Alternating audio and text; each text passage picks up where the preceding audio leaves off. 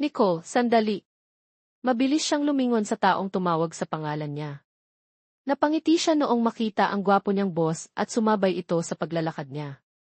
Hindi siya magugulat kung sasamahan siya nitong mamili ngayong araw, dahil palagi naman ito iyong ginagawa. Nagiging bagger niya ito palagi. Kaunti lang ang bibilhin ko ngayon, senyorito, sabi niya noong magkapantay na sila sa paglalakad. Nagkibit balikat ito. Kahit pa isang asin lang iyan, sasamahan pa rin kita. Saan mo gustong kumain ngayon? Libre ko. Wala akong ginagawa kaya gusto kong lumabas. Nag-iisip siya ng karinderya na malayo para umayaw ito. Pumili siya ng pinakamalayo. Doon sa karinderya sa palengke, bagong bukasyon. Huwag kang maartarte. Kahit saan pa iyan, sasali ako, putol nito sa kanya, kaya mabilis niyang tinikom ang bibig. Pagkatapos nilang mamili, dumiretso sila sa karinderya. Maraming taong kumakain noong dumating sila. May ibang bumabati sa lalaki. Nahiya tuloy siya. Kilala talaga ang pamilya nila dito sa bayan ng Santo Domingo. Isa kasi sila sa pinakamayaman na tao sa bayan. Mas mayaman pa kay Mayor, pero wala sa pamilya nila ang maistatus sa politika. Karamihan ay business, doktor, o di kaya abogado. Nicole, kanina pa kita kinakausap. Nakabalik siya sa realidad noong marinig ang boses ng lalaki. Alanganin siyang ngumiti. Naka-order ka na ba? May iniisip lang ako kaya medyo lutang. Hindi pa. Wala akong alam sa mga luto nila. Ikaw na lang ang pumili para sa ating dalawa. Tumayo siya para bumili sa counter kasi nakalagay doon ang pagpipili ang pagkain. Yung dati ba ang gusto mo? Ikaw bahala. Tumango siya bago tuluyang umalis para umorder. Pinili niya ang pagkaing paborito nitong ulam at yung morcon tapos yung may sweet corn. Hindi niya nga lang alam kung anong tawag doon. Wala namang sinabi sa kanila na may history si senyorito nila ng allergy. Pagbalik niya, kumain silang dalawa. Pagkatapos nilang kumain ay bumalik na sila sa hacienda. Naghiwalay silang dalawa dahil may kailangan puntahan ang senyorito, at siya naman, kailangan niyang tumuloy sa trabaho. Noong pumasok si Gia sa kusina, agad siyang nilapitan nito. Hoy, kasama mo ba ulit si Sir kaya wala siya dito kanina? Mababaliw na si Madam sa paghahanap sa kanya. Kung alam mo lang at nakita mo lang. Napakunot ang noo niya. Bakit daw siya hinahanap? Hindi ko alam, pero may bisita raw si Sir sa office at pinapasundo ni Madam, pero wala nga si senyorito. Baka girlfriend niya iyon. Pero bakit ikaw iyong kasama? Agad na naputol ang kanilang usapan noong humahagos na pumasok sa kusina ang isang kasambahay na kasama nila. Abang malalate ako. Bakit ko naman malalaman? Nagulantang sila noong pumasok ang isang kasambahay habang humahagos. Yung gamot daw ni Sir. Umaatake iyong allergy niya. Grabe ang pangangati. Galit na si Madam pero mas nagalit pa kay Sir kung bakit daw ba kasi ito kumain ng bawal sa kanya. Natigilan siya. Naalala niya kung paano nito titigan ang pagkaing binili niya kanina. Akala niya ayaw nito pero posible kayang dahil may allergy ito. Pero matagal na siya rito at wala namang ganoon. Farah, si Nicole na lang maghatid ng gamot kay Sir. Total close naman sila. Aalagaan niya rin si Sir para magaan. Nabalik siya sa realidad noong marinig ang pangalan niya. Tinuro niya ang kanyang sarili para maniguradong siya nga. Sino pa bang, hindi natuloy ni Manang ang sinasabi dahil sumabat naman si Farah. Ako na lang, Manang. Close rin naman kaming dalawa. Wala naman akong ibang ginagawa tulad ni Nicole, saka mas mabilis akong gumalaw kaysa sa kanya, presenta nito habang nakangiti. Pinagtaasan siya ng kilay ni Gia. Sigurado ka ba? Hindi mo nga nakakausap si Sir, paano mo nasabing close kayo? O baka sa isip mo na close kayo kasi may gusto ka sa kanya? Naku Manang, huwag kayong papayag. Si Nicole kayang-kaya niya iyan. Inis nitong sabi sa babae. Kahit kailan talaga, ganito ang kaibigan niya. Hindi nakasagot si Farah, pero baka sa mukha nito ang inis. Pinanlakihan niya ng mata ang kaibigan para sawayin ito. Ano ka ba? Mahina niyang bulong habang nagpipigil ng tawa. Kailangan ko pa bang sabihin sa iyo kung gaano kami ka-close ni Sir? O gusto mo naman palagi kaming magkasama sa harap mo? Hindi ko na kailangang patunayan iyon sa iyo dahil kasambahay ka lang naman dito. Bulong niya sa kanyang isipan. Oh, siya. May tiwala ako sa iyo, Nicole. Alagaan mo si Sir Gavin, may inabot sa kanya ang matanda. Gamot na nakalagay sa brown na bote. Gamot iyan ni Sir sa allergy. Isang capsule, 2 times a day, umaga-gabi. Huwag mong makakalimutan dahil nahihirapan siya. Walang pag-aalinlangan siyang tumango. Tinanggap niya ang binigay nitong gamot bago nagdala ng tubig at iba pa niyang kailangan bago siya tumalikod. Nakita niya ang masamang tingin ni Farah. Mahina siyang natawa kasama si Gia dahil hindi ito nagtagumpay. Bukod kasi kay Manang, siya ang kasambahay na pinakamalapit sa senyorito. Alam iyon ng lahat, kaya marami ang nainis sa kanya. Pumanhik sa ikalawang palapag. Humawalay na rin sa kanya si Gia. Nasa ikalawang palapag at nandoon matatagpuan ang kwarto ng pamilya, at sa gitnang parte ang kwarto ni Gavin. Ilang ulit siyang kumatok sa pinto, pero wala siyang natanggap na sagot. Huminga siya ng malalim noong pumasok siya. Ay nakita niyang mahimbing itong natutulog sa kama. Kaya pala walang sumasagot dahil sobrang himbing na ng tulog nito. Nilapag niya ang dala sa maliit na lamesa malapit sa kama. Hinayaan niya itong matulog. Naupo siya sa sofa. Hindi niya inaasahang nakatulog din siya. Noong magising siya, may naramdaman siya na brasong mahigpit na nakayakap sa kanya. Kumalabog ng mabilis ang puso niya. Kamay pa lang at sa pamilyar nitong amoy, alam niya na kung sino ito. Kahit naguguluhan kung bakit nasa tabi ito, pinigilan niya ang sarili. Ngunit kahit ganoon, gusto niya rin itong yakapin, kaya lang, kailangan niyang pigilan ang sarili. Senyorito! Mahina niyang tawag sa pangalan nito para gisingin. Sinubukan niyang tanggalin ang braso nitong mahigpit na yakap sa kanya, pero mas sumiksik ito sa kanya na parang bata. Noong mahagip niya ang dala niyang gamot, bawas na iyon.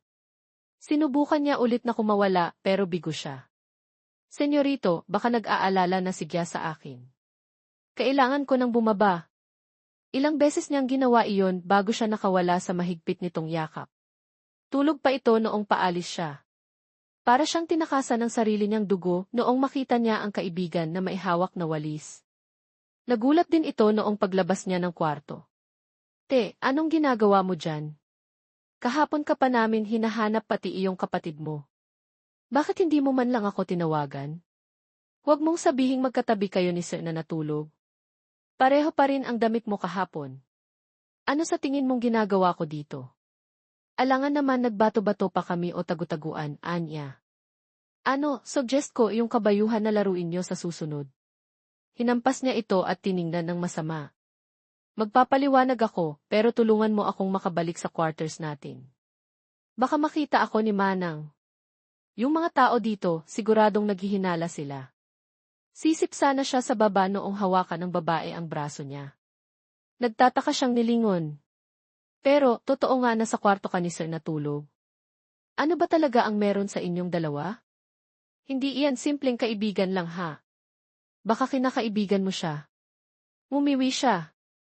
Alam mo, Gia, napakarami mong tanong. Maniniwala ako kung boyfriend mo siya.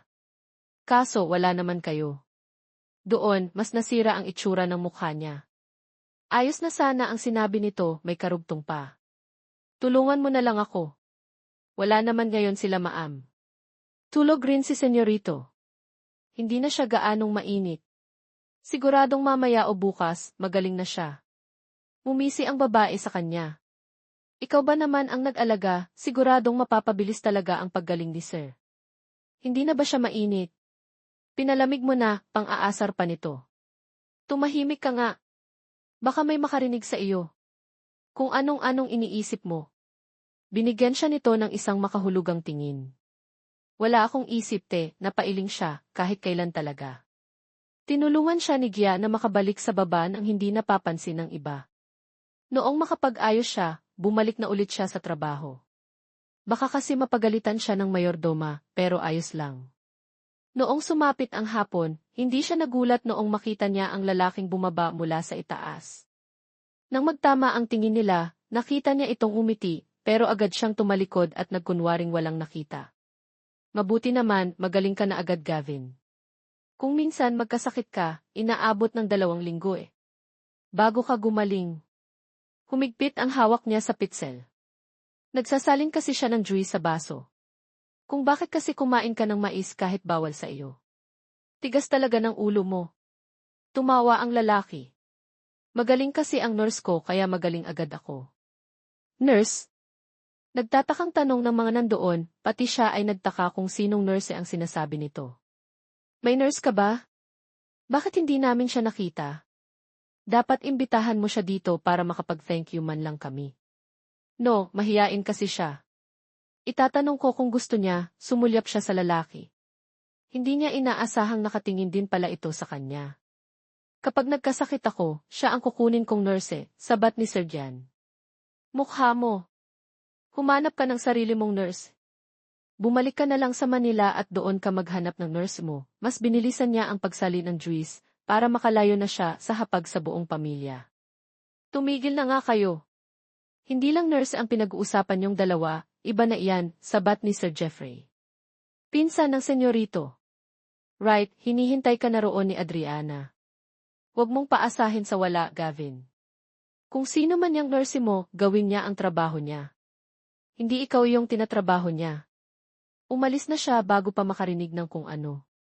Gumagana ang pagiging tsismosa niya dahil sa mga naririnig niya. Kilala mo ba si Adriana? Pabulong niyang tanong kay Jan noong lapitan niya ito. Yung babaeng maputi pero masungit. Kilalang kilala ko iyon. Hindi ko makakalimutan noong wala ka dito, kaya di mo alam.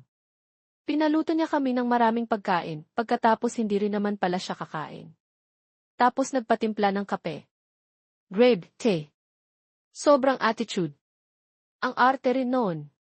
Worst nightmare ko bilang isang kasambahay iyong pagsilbihan siya dahil malapit ko na siyang sampalin noon.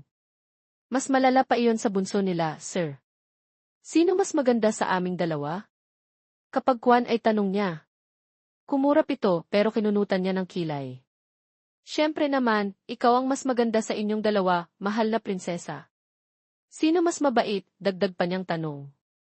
Tinatanong pa ba iyan? Siyempre ikaw. Mas mabait ka doon kahit maldita ka na sa lugar naman. Hindi ka din maartarte kasi kasambahay ka lang. Mukha pa lang talaga noon mairita ka na dahil puno ng makeup. Mabait ka naman kapag tulog. Lamang na lamang pala ako, bakit naman ako magsiselos? Tanong niya sa kanyang sarili.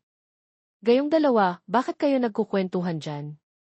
Agad silang naghiwalay noong tingnan sila ng masama ng mayordoma. Sorry, Manang. Diyos ko, tigilan niyo akong dalawa ha. Dinadaan niyo ako sa lambing. Bumalik na kayo sa trabaho niyo bago pa kayo makita ni Madam, napalabi siya. Mabuti ka pa nga, Manang, nilalambing. Ako nga hindi. Noong sumapit ang hapon, siya ang naglinis mag-isa sa kusina dahil may pinagawa sa ibang katulong. Hindi niya inaasahan na pupunta ang lalaki. Panay ang sulyap nito sa kanya habang umiinom. Ilang ulit siyang bumuntong hininga dahil gusto niyang malaman kung sino ang nurse na sinasabi nito. Senyorito. Mahina niyang tawag para makuha ang atensyon nito. Aysan. Humigpit ang hawak niya sa pamunas. Kanina iyong sinabi mong nurse na tumulong sa iyo magkaibigan naman tayong dalawa. Baka gusto mong ikwento iyong tungkol sa kanya.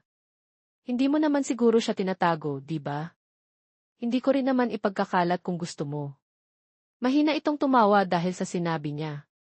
Gumapang ang hiya sa puso niya dahil mukhang napakatsismosa niyang pakinggan. Huwag na pala. Hindi mo ba naintindihan ang sinabi ko kanina? Sino ba ang kasama ko buong gabi? Saglit siyang natigilan at napaisip. Ako. Tumango ito. Sino ang nagpumilit na kumain ako at uminom ng gamot para gumaling? Ako. Bigla siyang natigilan ng pumroseso sa utak niya ang sinabi nito. Ako ba iyon? Pero hindi naman ako nurse. Namamalikmata ka lang siguro. Kaya nga.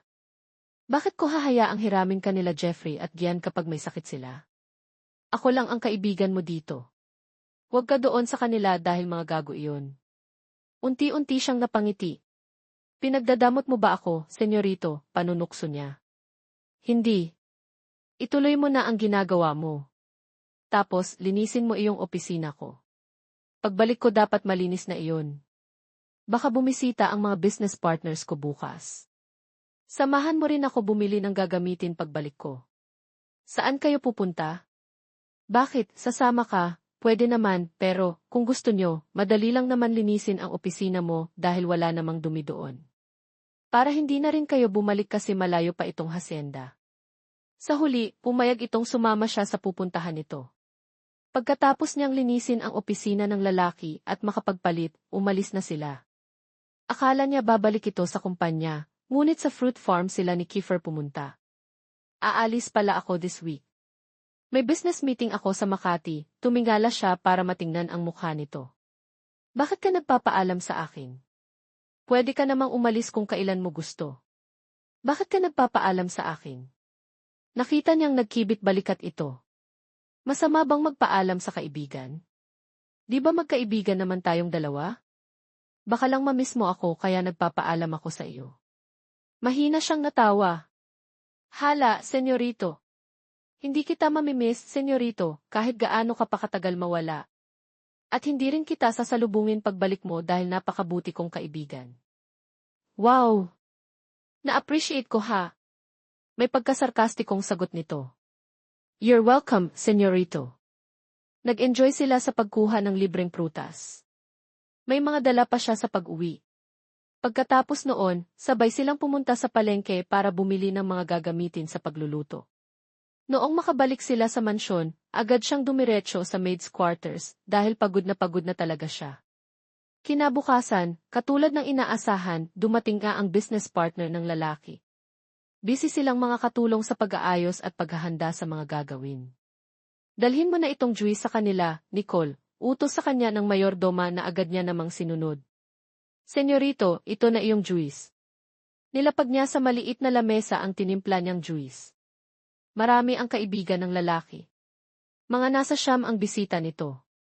Lahat ng mga ito ay nakasuot ng simpleng damit pero bagay pa rin naman sa kani-kanilang postura. Hey, anong pangalan mo, miss? Tanong sa kanya ng lalaking may blonde na buhok. Nicole, maikling sagot niya. Ang ganda. Hindi nito natapos ang sasabihin noong biglang sumabat ang senyorito nila. Huwag mo siyang guluhin, Cole. Umuwi ka na lang. Ang damot nito ni Rodriguez. Hindi ko naman. Iuwi. Takot maagawan. Nagtawanan ang mga kasamahan nila. Nahiya tuloy siya kaya mabilis siyang umalis. Hindi naman kasi siya sanay sa mga lalaki. Hanggang sa sumapit ang gabi at hindi pa rin umaalis ang mga ito. Dahil pagkatapos ng oras ng meeting, nag-inuman sila. Dahil tapos na ang trabaho niya, tumambay siya sa likod ng bahay para magpalipas ng oras dahil hindi rin naman siya makatulog. Nagulat siya noong may umupo sa tabi niya. Senyorito, anong ginagawa mo dito? Ang ingay sa loob. Bakit nandito ka? Nagulat siya noong sumandal ito sa balikat niya. Amoy na amoy niya ang alak mula sa hininga nito.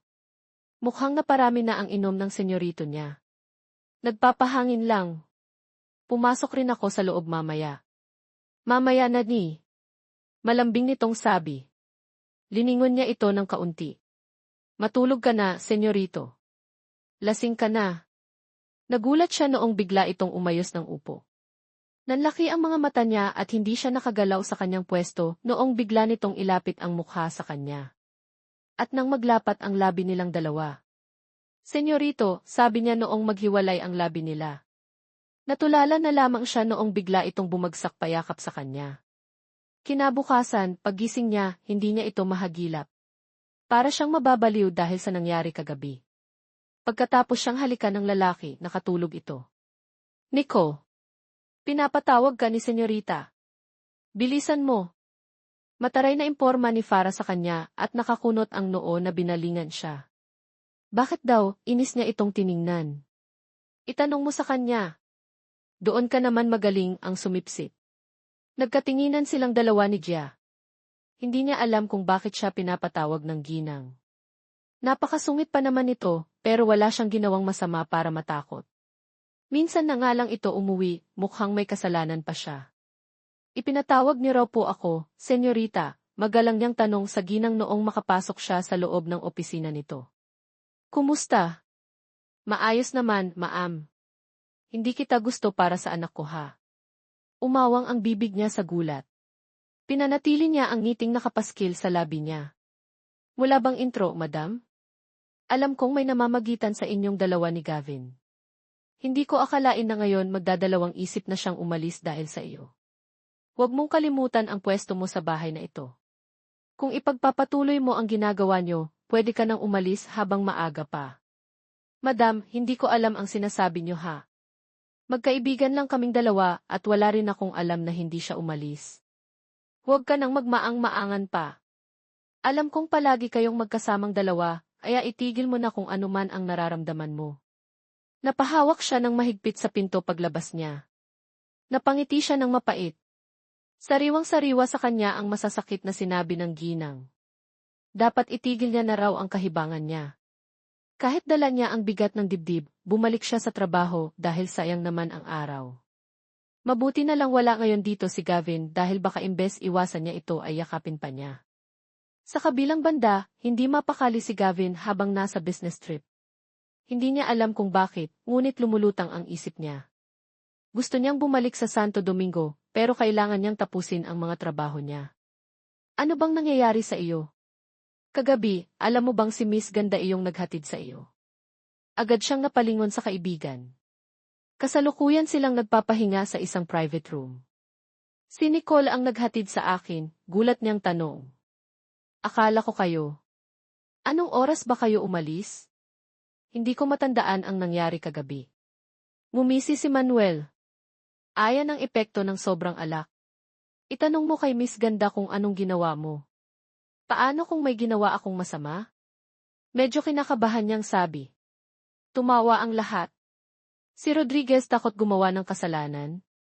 Babalik ka na ba? Itanong mo na kay Miss Ganda. Baka hindi ka pa makatulog mamaya, huminga siya ng malalim. Hindi ako pwedeng bumalik para iyon lang. Baka mamaya magtaka pa iyon kung bakit iyon ang tanong ko sa kanya. Magmumukha akong baliw. Baliw ka naman talaga noon. Bakit hindi mo pa matanggap, asik ni Gian? Gusto mo uminom pa tayo? May dala akong mga alak. Malakas ang tama noon. Galing pa sa ibang bansa. Ayoko na. Hindi tuloy siya makafocus sa ginagawa dahil sa nalaman. Bakit pa kasi sinabi ng kaibigan niya na si Nicole ang naghatid sa kanya? Pinoproblema tuloy niya kung naging pasaway ba siya kagabi. Ilang araw niyang binabad ang sarili sa trabaho. Madalas siyang mag-overtime para makabalik agad sa hacienda. Totoo nga ang sinabi ng kaibigan niyang baliw siya, at mas lalo pa yata siyang mababaliw kapag tumagal. Ilang araw nang tahimik si Nicole simula noong kausapin siya ni Emrek Rodriguez. Ayaw niyang sabihin ang pinag-usapan nila sa ibang tao bukod kay Gia. Ayaw niyang malaman pa ng iba. Nanlaki ang mga mata niya noong hilahin siya ni Gia patungo sa puno. Magtatanong sana siya kung bakit, pero hinawakan nito ang mukha niya paharap sa gate. Ngayong nandito na ulit si Sir Gavin, anong gagawin mo? Tandaan mo iyong sinabi ni Senyorita sa iyo. Ayaw kanya para kay Sir. Kung anumang, hinampas niya ang babae bago pa man nito matuloy ang sinasabi niya. Para mo naman akong sinampal ng katotohanan. Alam ko naman iyon. Pinapaalala ko lang para hindi mo makalimutan. Aalis na ako.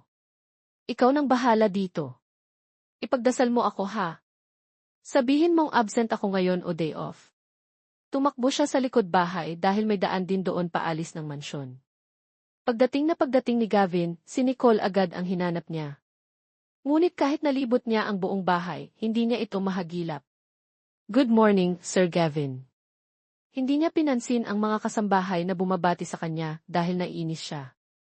Hindi siya sinalubong ng babae at iyon ang nagpadagdag sa frustration na nararamdaman niya. Nasaan si Nicole? Siya ang sinabihan kong magdala ng pagkain dahil may kailangan kaming pag-usapan. Day off ngayon ni Nicole kaya wala siya dito. May kailangan ka ba? Pwede mong sabihin sa akin na lang. Parehas naman kami ni Nicole, sir, mas lalong uminit ang ulo niya dahil sa narinig. Wala itong karapatan na ikumpara ang sarili niya kay Nicole dahil malayo ang agwat nila sa isa't isa. I want Nicole. Kapag dumating siya, sabihin mong puntahan ako sa kwarto ko o sa opisina ko dito sa bahay. Kung wala siya, huwag na kayong magdala ng pagkain dito dahil kaya kong bumaba. Pero sir, bukas pa siya babalik. Kumain na kayo ngayong araw. Pagbalik ni Nicole, sasabihin ko na lang sa kanya. Hindi niyo naman siya kailangang hintayin. Bakit? Siguro dahil gusto mo si Nicole. Huminga siya ng malalim para pakalmahin ang sarili. Sino nagsabi sa iyo niyan? Kailangan ko pa ba iyong ipaliwanag sa iyo? Sa ating dalawa, ako ang boss dito. Kalaunan ay napayuko ito dahil sa pagkapahiya. Umalis ka na. Naiintindihan mo ba ako? Yes, sir. Pasensya na po. Napalunok ito bago takot na umalis. Napabuntong hininga siya noong maiwan siya ulit mag-isa sa kwarto. Gusto niyang makita ang babae pero wala ito. Ginawa niya ang lahat para makabalik agad, pero tinotoo nito ang sinabi. Hindi siya nito sinalubong sa pagbalik. Sumunod na araw, nagtaka siya noong hindi pumasok ang babae. Wala pa rin siyang nakikita ni anino nito. Pagbaba niya, dumiretso siya sa kusina nagbabaka sakali na makikita niya ito, ngunit isang babae rin na pamilyar sa kanya ang naroon, ang kaibigan ni Nicole. Nakita mo ba si Nicole? Ilang araw na siyang hindi pumapasok. Ayos lang ba siya? Pumunta lang siya ng ibang lugar. Bigla itong nagbago. Inaasahan pa man din niyang ito ang una niyang makikita at ito ang unang magiging masaya pag-uwi niya. Pasensya na, sir. Biglang umalis si Nicole. Hindi ko alam kung saan siya nagpunta. Nagmamadali siya kaya hindi ko naitanong. May kailangan ba kayo sa kanya para masabi ko pagkababalik niya? May nangyari ba nung wala ako? Hindi niya mapigilang magtanong dahil batid niyang may rason kung bakit naging mailap ito sa kanya. Hindi ko po alam iyong buong detalye, pero napagalitan kasi siya ni Senyorita noong isang araw. Sa opisina sila nag-usap kaya hindi namin alam kung anong napag-usapan nila. Hindi rin nagsasalita si Nicole kapag tinatanong ko. Natigilan siya dahil sa narinig. Bakit nagalit si Mama? Hindi ko rin po alam. Umuwi na lang siya saglit. Hindi ko rin po alam, umuwi na lang siyang galit hinahanap niya si Nicole. Nag-aalala nga ako sa kanya. Don't get me wrong, sir. Huwag mo naman sanang pahirapan ang kaibigan ko. Kung gusto mo siya, ipakita mo at higit sa lahat sabihin mo sa kanya. Huminga ito ng malalim. Siyempre, kasambahay lang kami dito. Ayaw din naman nila sa amin, kaya kung may nararamdaman ka sa kanya, huwag mong pigilan iyan, sir, kasi hindi iyan mali. Kakausapin ko si Mama. Tumango siya noong wala na siyang ibang itatanong bago umalis sa kusina. Sigurado siyang konektado ang pag-iwas nito sa nangyari. Kinuha niya ang kanyang jacket bago lumabas ng bahay. Nagulat siya noong makita itong may kaagawan ng lalaki. Sa pag-aakalang magnanakaw iyon, mabilis siyang tumakbo palapit sa dalawa. Agad niyang sinuntok ang lalaki. Napasigaw naman dahil sa ginawa niya si Nicole. Senyorito! Bakit mo siya sinuntok? Bakit po ba kayo nandito sa labas? Hindi makapaniwalang tiningnan niya ito noong tulungan nito ang lalaking sinuntok niya para tumayo. Naramdamdam siya ng matinding selos. Nicole, oras ng trabaho. Bakit ka nandito sa labas? Bumaling ikaw ba yung nasaktan? Sinuntok mo nga siya eh. Kahit boss kita, hindi mo dapat ginawa iyon. Inis nitong sabi. Nagtagis ang bagang niya. Akala ko magnanakaw siya. Tinulungan na nga kita. Ngayon alam niyo na pong hindi, pinsan ko siya galing Maynila. Ngayon kung wala kayong importanteng sasabihin, aalis na kami. Gagamutin ko pa ang sugat niya, naiwan siya sa kawalan noong naglakad palayo ang dalawa. Tumawa siya sa gitna ng daan na parang baliw. Sa kabilang banda, hindi mapigilang ilang beses hampasin ni Nicole ang kanyang pinsan. Tama na, Nicole. Ang lakas talaga ng tama niyong dalawa. Bagay nga kayo. Bigla ba naman akong sapakin ng boss mo? Tapos ikaw pa itong nanghahampas. Pero salamat sa pagtatanggol sa akin, pinsan. Tumahimik ka na lang. Baka tanggalin ako noon sa trabaho dahil sa ginawa ko. Kailangan ko nang sigurong mag-apply sa ibang bahay, bumusangot siya habang naglalakad. Sumama ka na lang kasi sa akin sa Maynila. Maraming trabaho roon para sa iyo. Nag-aral ka naman plus may experience. Di maganda. For sure, maraming mag-aagawan sa iyo, Tse. Baka pasayawin mo lang ako sa barha. Manahimik ka na lang, asik niya. Sa tingin mo naman, ganoong trabaho ang irerekomenda ko. Baka hindi na ako ulit makabalik dito sa atin dahil mapapatay ako ni Uncle Roddy. Seryoso ka ba talaga? Grabe na ang kabaliwan mo. Ayoko rin naman nun. Ang daldal mo talaga. Tumahimik ka na. Maiba tayo. Mas masakit noong sinabi ng boss mo na akala niyang magnanakaw ako ha. Nainsulto ako sa sinabi niya. Dapat pala pumorma ako. Sabi kasi bukid lang sa inyo, totoo naman pala. Huwag mo nang isipin iyon kasi totoo naman, biro niya. Napasinghap ito. Grabe kang magsalita. Pasalamat ka nandito ako sa bayan mo. Kung nasa Maynila ka, ililigaw kita roon. Tapos kapag umiiyak ka na, saka mo ako makikita. Baliw ka talaga. Kaya ka nasasapak eh. Anong akala mo sa akin? Bata. At saka marunong naman ako sa pasikot-sikot sa Maynila.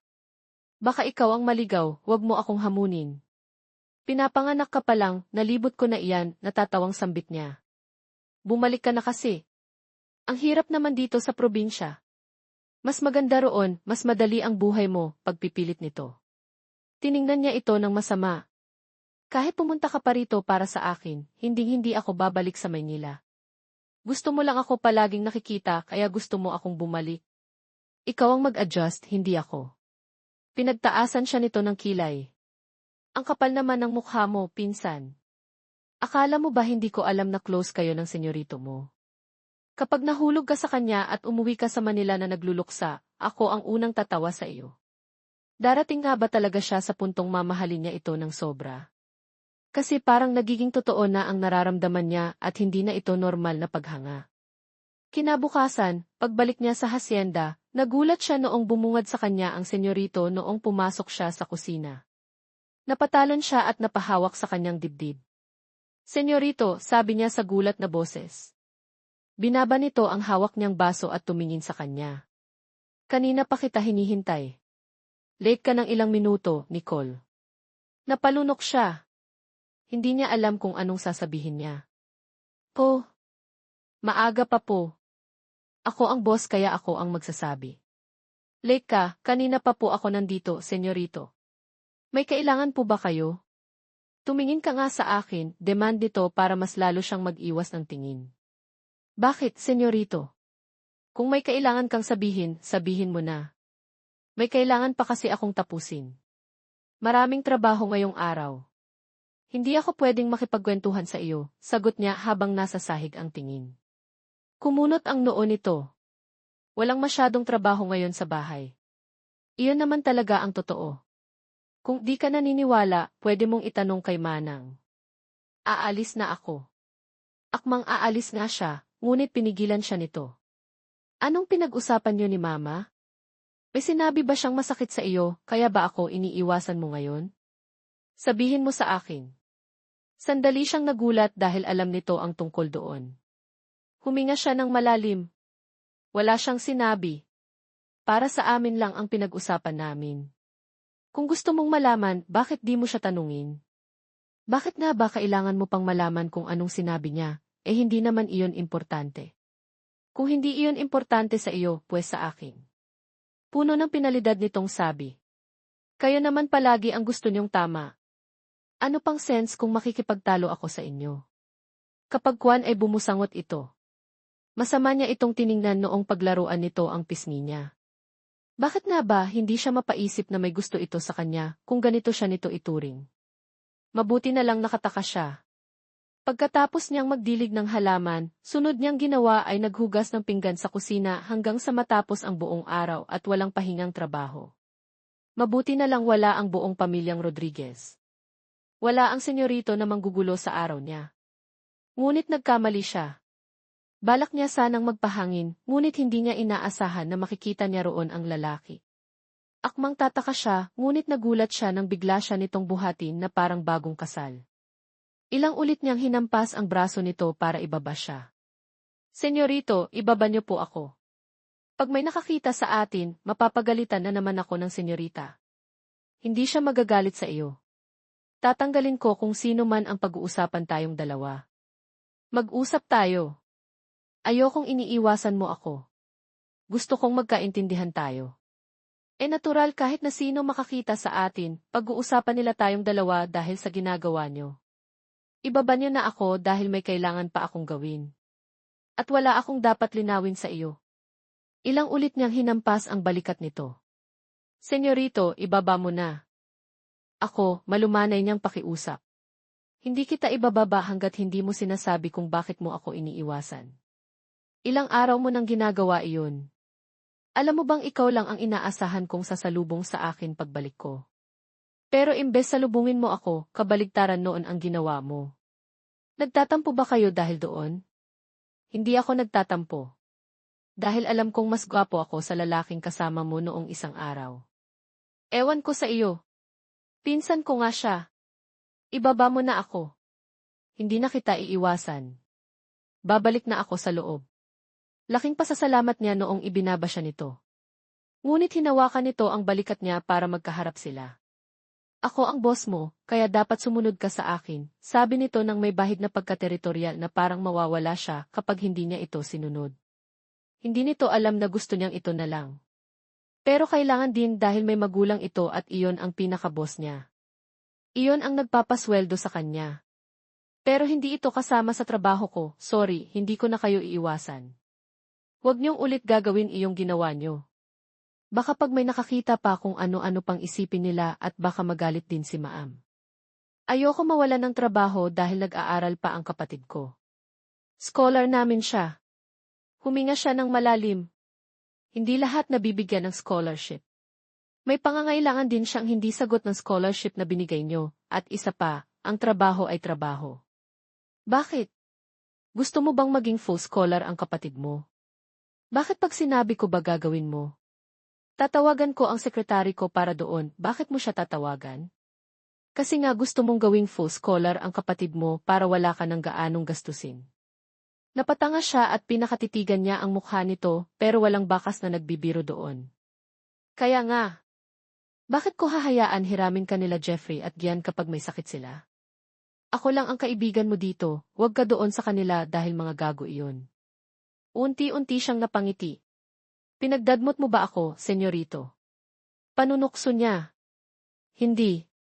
Ituloy mo na ang ginagawa mo. Tapos linisin mo yung opisina ko, pagbalik ko dapat malinis na yun. Baka bumisita mga business partners ko bukas. Sasamahan mo rin ako bumili ng gagamitin pagbalik ko. Saan kayo pupunta? Bakit sasama ka? Pwede naman pero kung gusto nyo, madali lang naman linisin yung opisina mo dahil wala namang dumi doon para hindi na rin kayo bumalik kasi malayo pa itong hacienda. Sa huli, pumayag itong sumama siya sa pupuntahan nito. Pagkatapos niyang linisin ang opisina ng lalaki at makapagpalit, umalis na sila. Akala niya babalik ito sa kumpanya, ngunit sa fruit farm sila ni Kiefer pumunta. Aalis pala ako this week. May business meeting ako sa Makati, tumingala siya para matingnan ang mukha nito. Bakit ka nagpapaalam sa akin? Pwede ka namang umalis kung kailan mo gusto. Bakit ka nagpapaalam sa akin? Nakita niyang nagkibit balikat ito. Masama bang magpaalam sa kaibigan? Di ba magkaibigan naman tayong dalawa? Baka lang mamiss mo ako kaya nagpapaalam ako sa iyo. Mahina siyang natawa. Hala, senyorito. Hindi kita mamimiss senyorito kahit gaano ka pa katagal mawala. At hindi rin kita sasalubungin pagbalik mo dahil napakabuti kong kaibigan. Wow! Na-appreciate ko ha. May pagkasarkastikong sagot nito. You're welcome, senyorito, nag-enjoy sila sa pagkuha ng libreng prutas. May mga dala pa siya sa pag-uwi. Pagkatapos noon, sabay silang pumunta sa palengke para bumili ng mga gagamitin sa pagluluto. Noong makabalik sila sa mansyon, agad siyang dumiretso sa maid's quarters dahil pagod na talaga siya. Kinabukasan, katulad ng inaasahan, dumating nga ang business partner ng lalaki. Busy silang mga katulong sa pag-aayos at paghahanda sa mga gagawin. Dalhin mo na itong juice sa kanila Nicole, utos sa kanya ng mayordoma na agad niya namang sinunod. Senyorito, ito na po ang juice, nilapag niya sa maliit na lamesa ang tinimpla niyang juice. Marami ang kaibigan ng lalaki. Mga nasa siyam ang bisita nito. Lahat ng mga ito ay nakasuot ng simpleng damit pero bagay pa rin naman sa kani-kanilang postura. Hey, anong pangalan mo miss? Tanong sa kanya ng lalaking may blonde na buhok. Nicole, maikling sagot niya. Ang ganda. Hindi nito natapos ang sasabihin noong biglang sumabat ang senyorito nila. Huwag mo siyang guluhin, Cole, umuwi ka na lang. Ang damot nito ni Rodriguez, hindi ko naman iuwi. Takot maagawan. Nagtawanan ang mga kasamahan nila. Nahiya tuloy siya kaya mabilis siyang umalis. Hindi naman kasi siya sanay sa mga lalaki. Hanggang sa sumapit ang gabi at hindi pa rin umaalis ang mga ito. Dahil pagkatapos ng oras ng meeting, nag-inuman sila. Dahil tapos na ang trabaho niya, tumambay siya sa likod ng bahay para magpalipas ng oras dahil hindi rin naman siya makatulog. Nagulat siya noong may umupo sa tabi niya. Senyorito, anong ginagawa mo dito? Ang ingay sa loob. Bakit nandito ka? Nagulat siya noong sumandal ito sa balikat niya. Amoy na amoy niya ang alak mula sa hininga nito. Mukhang naparami na ang inom ng senyorito niya. Nagpapahangin lang. Pumasok rin ako sa loob mamaya. Mamaya na ni. Malambing nitong sabi. Liningon niya ito ng kaunti. Matulog ka na senyorito, lasing ka na, nagulat siya noong bigla itong umayos ng upo. Nanlaki ang mga mata niya at hindi siya nakagalaw sa kanyang pwesto noong bigla nitong ilapit ang mukha sa kanya. At nang maglapat ang labi nilang dalawa. Senyorito, sabi niya noong maghiwalay ang labi nila. Natulala na lamang siya noong bigla itong bumagsak payakap sa kanya. Kinabukasan, paggising niya, hindi niya ito mahagilap. Para siyang mababaliw dahil sa nangyari kagabi. Pagkatapos siyang halikan ng lalaki, nakatulog ito. Nicole, pinapatawag ka ni senyorita. Bilisan mo, mataray na imporma ni Farah sa kanya at nakakunot ang noo na binalingan siya. Bakit daw, inis niya itong tiningnan? Itanong mo sa kanya. Doon ka naman magaling ang sumipsit. Nagkatinginan silang dalawa ni Gia. Hindi niya alam kung bakit siya pinapatawag ng ginang. Napakasungit pa naman ito, pero wala siyang ginawang masama para matakot. Minsan na nga lang ito umuwi, mukhang may kasalanan pa siya. Ipinatawag ni raw po ako senyorita, magalang niyang tanong sa ginang noong makapasok siya sa loob ng opisina nito. Kumusta? Maayos naman maam, hindi kita gusto para sa anak ko ha, umawang ang bibig niya sa gulat. Pinanatili niya ang ngiting nakapaskil sa labi niya. Mula bang intro madam? Alam kong may namamagitan sa inyong dalawa ni Gavin, hindi ko akalain na ngayon magdadalawang isip na siyang umalis dahil sa iyo. Huwag mong kalimutan ang pwesto mo sa bahay na ito, kung ipagpapatuloy mo ang ginagawa niyo. Pwede ka nang umalis habang maaga pa, madam, hindi ko alam ang sinasabi niyo ha, magkaibigan lang kaming dalawa at wala rin akong alam na hindi siya umalis. Huwag ka nang magmaang-maangan pa. Alam kong palagi kayong magkasamang dalawa, kaya itigil mo na kung ano man ang nararamdaman mo. Napahawak siya ng mahigpit sa pinto paglabas niya. Napangiti siya ng mapait. Sariwang-sariwa sa kanya ang masasakit na sinabi ng ginang. Dapat itigil niya na raw ang kahibangan niya. Kahit dala niya ang bigat ng dibdib, bumalik siya sa trabaho dahil sayang naman ang araw. Mabuti na lang wala ngayon dito si Gavin dahil baka imbes iwasan niya ito ay yakapin pa niya. Sa kabilang banda, hindi mapakali si Gavin habang nasa business trip, hindi niya alam kung bakit ngunit lumulutang ang isip niya. Gusto niyang bumalik sa Santo Domingo, pero kailangan niyang tapusin ang mga trabaho niya. Ano bang nangyayari sa iyo, kagabi? Alam mo bang si Miss Ganda iyon yung naghatid sa iyo? Agad siyang napalingon sa kaibigan, kasalukuyan silang nagpapahinga sa isang private room. Si Nicole ang naghatid sa akin, gulat niyang tanong. Akala ko kayo, anong oras ba kayo umalis? Hindi ko matandaan ang nangyari kagabi. Umisi si Manuel, ayan ang epekto ng sobrang alak, itanong mo kay Miss Ganda kung anong ginawa mo. Paano kung may ginawa akong masama? Medyo kinakabahan niyang sabi. Tumawa ang lahat, si Rodriguez takot gumawa ng kasalanan. Babalik ka na ba? Itanong mo na kay Miss Ganda. Baka hindi ka pa makatulog mamaya, huminga siya ng malalim, hindi ako pwedeng bumalik para yun lang. Baka mamaya magtaka pa iyon kung bakit iyon ang tanong ko sa kanya. Magmumukha akong baliw. Baliw ka naman talaga noon. Bakit hindi mo pa matanggap, asik ni Gian? Gusto mo uminom pa tayo? May dala akong mga alak, malakas ang tama nun. Galing pa sa ibang bansa. Ayoko na. Hindi tuloy siya makafocus sa ginagawa dahil sa nalaman. Bakit pa kasi sinabi ng kaibigan niya na si Nicole ang naghatid sa kanya? Pinoproblema tuloy niya kung naging pasaway ba siya kagabi. Ilang araw niyang binabad ang sarili sa trabaho. Madalas siyang mag-overtime para makabalik agad sa hasyenda. Totoo nga ang sinabi ng kaibigan niyang baliw siya, at mas lalo pa yata siyang mababaliw kapag tumagal. Ilang araw nang tahimik si Nicole simula noong kausapin siya ni Enrique Rodriguez. Ayaw niyang sabihin ang pinag-usapan nila sa ibang tao, bukod kay Gia, ayaw niyang malaman pa ng iba. Nanlaki ang mga mata niya noong hilahin siya ni Gia patungo sa puno. Magtatanong sana siya kung bakit ngunit hinawakan nito ang mukha niya paharap sa gate. Ngayong nandito na ulit si Sir Gavin, anong gagawin mo? Tandaan mo yung sinabi ni Senyorita sa iyo. Ayaw kanya para kay Sir. Kung ano mang Hinampas niya ang babae bago pa man nito matuloy ang sinasabi niya. Para mo naman akong sinampal ng katotohanan. Alam ko naman iyon. Pinapaalala ko lang para hindi mo makalimutan. Aalis na ako, ikaw nang bahala dito, ipagdasal mo ako ha. Sabihin mong absent ako ngayon o day off. Tumakbo siya sa likod bahay dahil may daan din doon paalis ng mansyon. Pagdating ni Gavin, si Nicole agad ang hinanap niya, ngunit kahit nalibot niya ang buong bahay, hindi niya ito mahagilap.